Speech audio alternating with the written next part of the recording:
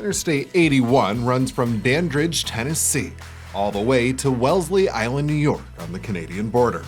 About a mile south of Exit 50, you'll notice some steel crows. Behind them, a story about as long as the highway they sit beside, of a sculptor named Will Salisbury. His artwork and meaning bigger than the crows, sometimes to the point of flying like crows high above his critics' heads. You know, and nobody really, people look at him. Often featuring social commentary and magnificent details, not learned through a formal education. I just self-taught. I used to sneak into art schools until they'd be reading the thing, and they'd go, "What's your name?" You know, might have been there 2 weeks. A lot of his lessons learned on the road, living abroad in Italy and here in the U.S. on the West Coast. Seriously started sculpting actually out on the West Coast, carrying in my backpack large 40-pound pieces of Utah sandstone and some soapstone from Big Sur, California. And I went up and down the coast carving these little images and left them in 2 different galleries when I come back and forth. And every once in a while there's $20 for me here and something else there. And one guy finally gave me a lesson. He said, 3 of your works, people toppled them and they broke because they were Utah sandstone and they were really fragile. He said, you've got to learn to make a proper base for all your sculptures. And that has stuck with me all through. You got to have the good base. You got to make sure it's going to be the one. You don't want to have to go back and add to it. Oh, this is tippy, you know. Sure. And that was a huge thing. And then you want to incorporate a base that doesn't get in the way of the image and the sculpture. And Will must have a good base himself, because this man is tougher than the steel he sculpts with. Something maybe a little uncomfortable for you to talk about, but I think important is your health. Certainly a hurdle going through now, and in particular with not only with your work, but personally as well. Yeah. Well, I was always pretty strong and built gazillion docks out there in the St. Lawrence River. Then I got some throat cancer about 3.5 years ago, and made my throat numb and dead, and this is all shot and numb, and I'm having jaw problems. And then I fell a few times very seriously. I've learned to live with that. Joined the Humpback Society of Old Men, and I'm kind of proud of it. It's funny, and, you know. I see some old lady humping around. They go, oh, hey, how you doing? Despite these immense hurdles, he hasn't let it slow him down in everyday tasks. I got my hair cut for you, Alex. I got mine done for you. Oh, nice job. His humor. You could lighten up on the grease. Yeah. I'm terrible. Or his work, which often features his commentary on some of the world's darkest subjects.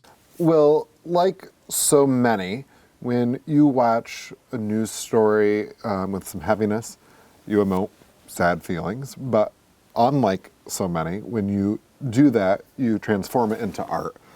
What is it about that process that is therapeutic for you? I say I don't get much from it, but what I get is dedication and work. I got a lot of my stories and a lot of my images in the 90s from NPR, listening to NPR, All Things Considered. And they had images back then that were incredible. They were, you know, over there, say, for instance, in Serbia. He even did a show as recently as last summer, displaying these sculptures, his inspiration behind them, and their story that you're not going to want to miss after the break. And later, I think it's making real change in some ways.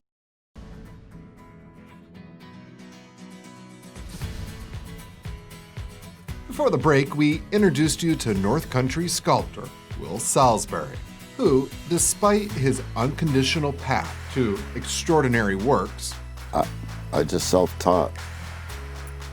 I used to sneak into art schools until they'd be reading the thing and they'd go, "What's your name?" You know, might have been there 2 weeks. His current health issues. Then I got some throat cancer about 3.5 years ago, and here, and made my throat numb and dead. And critics. You know, and nobody really, people look at him. He still put on a show at the Thousand Islands Art Center as recently as last summer, featuring these extraordinary figures, and his way of providing our small communities with his big comments on what's going on in the world. Why do you think that social commentary through art is important? Do you think that it's important? And do you think that it's making real change? I think it's making real change in some ways. There is still a monster amount of artwork that is just schlock, and people are trying to sell it as, oh yeah, and it's one of a kind, and they just don't realize that it's basically, you know, they don't have it, but people don't care in some ways these days.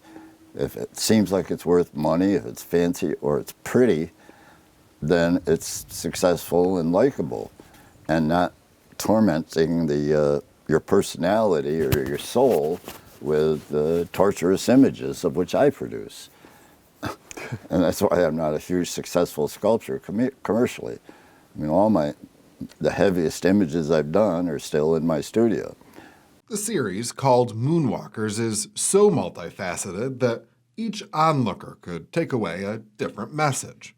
But hard to overlook for me was Will's input of the correspondence of race to financial status. A lot of your work, in particular, the Serbian people, I find so important, but something I thought that was interesting that you did was you put in features of all different races and of all different types of people, and some would argue that the race of people is part of the reason they're so oppressed. So why did you decide to do that? Well, the series I call them Moonwalkers. Why we call them that, I don't know. We also named them the Last Dispatch. Like it came out of a hole after World War XX, you know? And so, but I wanted them to be my final realization out in the world of what I wanted to do, which was life-size or larger figures, monumental, that really got to the grit of it. And I think that that subject matter is hugely important. And I am compassionate for those people in their situation. And I was struck early on by refugee statuses. By the time I was 14, I was carving Ethiopian refugees. It was because it was such a different world than, you know, there's third world, there's second world, which is us, and then there's first world, which is all the millionaires in the world, kind of thing, and the separation is huge between us and the third world's deposits of refugees through tyranny, through agriculture, you know, diminishing, starvation. Walked around his studio, the trend of Will's art being easily controversial was clear, but praise isn't what Will's going for. Does someone liking your art, though, matter in its success? No. No. No. If they dislike it, I kind of like it. If they just don't care, I don't care. But if they dislike it for some reason, and I've had a couple of times that happen in my life, that, you know, they want to almost argue about it, you know, because it's not Christian or it's not. I never had the not Muslim argument yet, but I would enjoy that. While he does take on so many heavy topics, he also does have another side to his work. So much of your work is centered around these real social issues that are so deep, so heavy, so important. But some of my favorite pieces of your art, and I would argue some of your best art, are of very beautiful nature things. For example, one of my favorite pieces you've done is the Muskie in Frink Park in Clayton. How did you pivot to that type of work? And Well, you've done them coincidingly. So do you Yeah. see beauty in different ways with the two? well, no, it's a good question, and the answer is I like to eat. I like a roof over my head, and so that's the simple answer. Is that commission work. It all started with the crows. I was doing the sculptures we've been talking about, Yeah. and then at the end of the 1990s, I started making crows. I got the idea from an old farm implement off the side of the road that looked kind of like a big bird. Gave me a sense of scale and distance, and I always wanted to put something up in the backyard on the hill there. The whole thing was a surprise to me. Since those semi-famous crows, he's been asked to make crows time and time and time again. You've done a lot of crows. Why the obsession with the crows? Why everybody else's obsession? I did the crows, yes, originally, but why everybody else's obsession with the crows is more to the point. I mean, people hire you to make crows, and so is that my obsession? Yeah. No. You know, I get asked to make a small crow for someone. Yep. Oh, I get asked again to make a small crow. It's not my obsession. Yeah. I made That was the one. first time I met you, Will, was when you gave the crow to Vigo. Do you remember? Viggo Mortensen. Yeah. Yeah. And another one, the first one, the small one, was to Don Linkenfelder in Clayton. His wife begged me to make it, and all right, you know, whittled the price down for her and everything. Well, But crows are cool. I mean, the Native Americans have been up here and blessed them and stuff, and Yeah. told me stories about what they mean, and there's other things that have happened in alignment with them, like the study at Cornell University of more than 30 years now of crows is incredible. Will continues to make these incredible crows, small and huge, like the private display he placed just this year. A look at the story of those after these messages. I made 3 more crows highly detailed recently, all last winter. Plus later, when it's all said and done, you've done a lot. You've been all over the world. You've created big pieces of art that are going to stay here in the North Country for seemingly forever. You've made art that's meaningful. You've made art that you were paying the bills with. What do you think your legacy is going to be?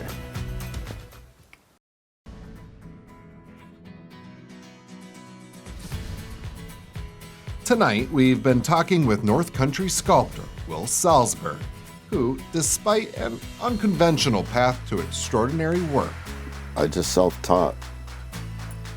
I used to sneak into art schools until they'd be reading the thing and they'd go, "What's your name?" You know, might have been there 2 weeks. critics, You know, and nobody really, people look at it. and a lifetime of breathtaking work taking on tough topics. And not tormenting your personality or your soul with torturous images of which I produce.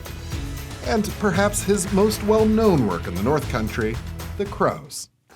Why everybody else's obsession? I did the crows, yes, originally, but why everybody else's obsession with the crows is more to the point. I mean, He continues to make crows as recently as this year. I made 3 more crows highly detailed recently, all last winter. And they were about 6 foot tall, one flying, coming in for a landing, one observant, checking everything out, another one pecking away with his claw on a walnut, that it's pecking away at. And they were a customer that was in Maryland, in Cambridge, Maryland. And they went down there recently and are in an expansive lawn at a 240-year-old estate. And so Done a lot I of was really crows. proud of them. Will told me that those crows allowed him to get so much of the hired work he's done in our communities that you might recognize. Because she said, if you did the crows, if you can do that, I can, I said, okay, Yeah. I can do anything. And she'd go, well, make me this. And I go, okay, I can make that, I guess. It's how I got myself in deep trouble a lot, basically. You say you can do something, and suddenly they give you money, and it's like, shit, I don't know how to do that. You have no idea. I did the Swan with a trailer for Swan Bay. It's an aluminum, solid aluminum. Yeah. And I'd tack some aluminum together on old rotten flat bottom boats. But I'd never done a good weld, really. And so I had to start doing good welds and learn how to work aluminum, which was a lot of fun. And it ended up a beautiful piece. And the muskie was, here we were making compound curves out of flat steel. I mean, it comes in a sheet flat. You got to make this fish that's whatever, and it's all, concave, convex. And you don't want people to see the process when it's done, that suddenly it goes like this, and it's unnatural. It's got to be natural.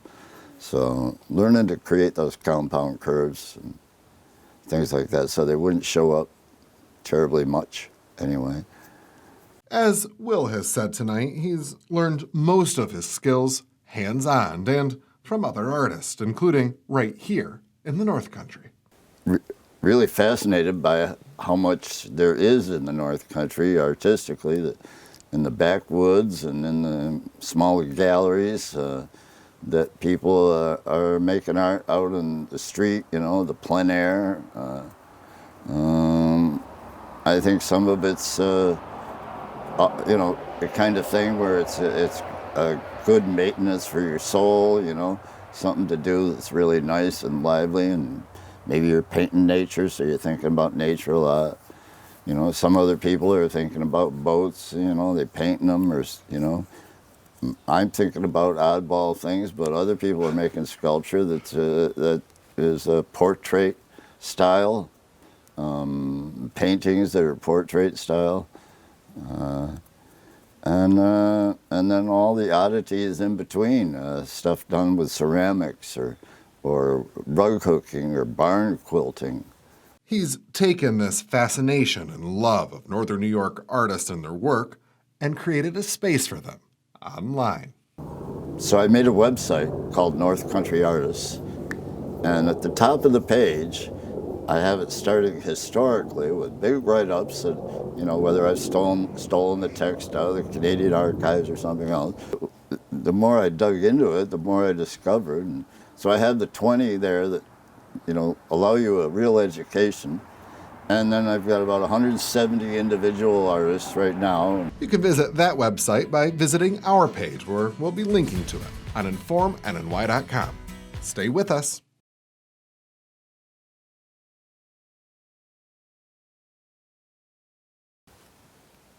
When it's all said and done, you've done a lot. You've been all over the world. You've created big pieces of art that are going to stay here in the North Country for seemingly forever. You've made art that's meaningful. You've made art that you were paying the bills with. What do you think your legacy is going to be?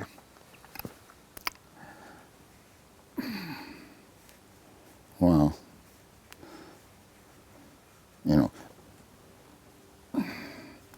a lot of my sculptures will last a long time, almost like bronze. But when I say that, most people say, well, they're made of steel. They're going to rot eventually, turn to rust. And that's true, But when World War III comes and everybody's running around putting magnets to statues to see if it's bronze or not, they're going to put a magnet on my stuff and go, oh, that's junk, that's not it. And they'll leave it alone, standing there, and they'll be cutting up all the bronzes. They'll be cutting down all the statues in bronze. So I will survive, you see, in that way of my legacy. It's a joke I tell often. But I don't care about it. It's established. I did what I did, and there it all is, and I'm really proud of it, you know. And I go around, all of a sudden I'm in a street where there's a sculpture of mine, and I go, cool, that's nice. And I see the muskies I'm driving by, I'm mostly like everybody else. I'm sort of like that with the crows up there. Many of the beautiful photographs seen here and in tonight's special were provided by Richard Magolis in his book about the sculptor Will Salisbury called A Retrospective. To find where you can pick up a copy and to learn more of this once-in-a-lifetime story, visit 1000islandslandmarks.com.